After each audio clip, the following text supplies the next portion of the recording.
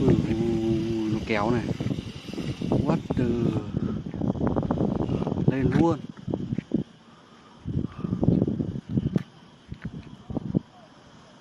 Bay thẳng tắp luôn.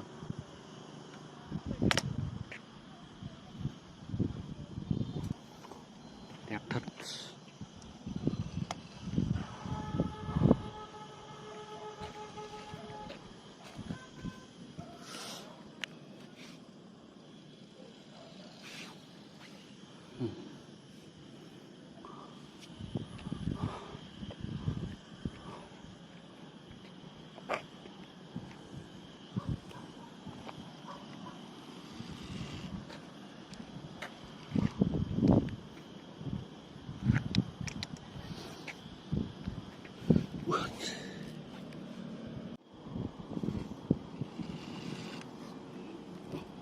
Khóa chốt này là tăng lực này. Sợ thật.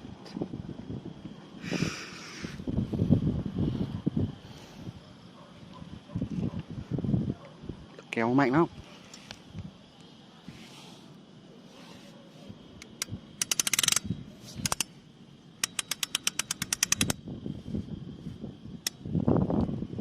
Bò phanh. Cuộn lại này.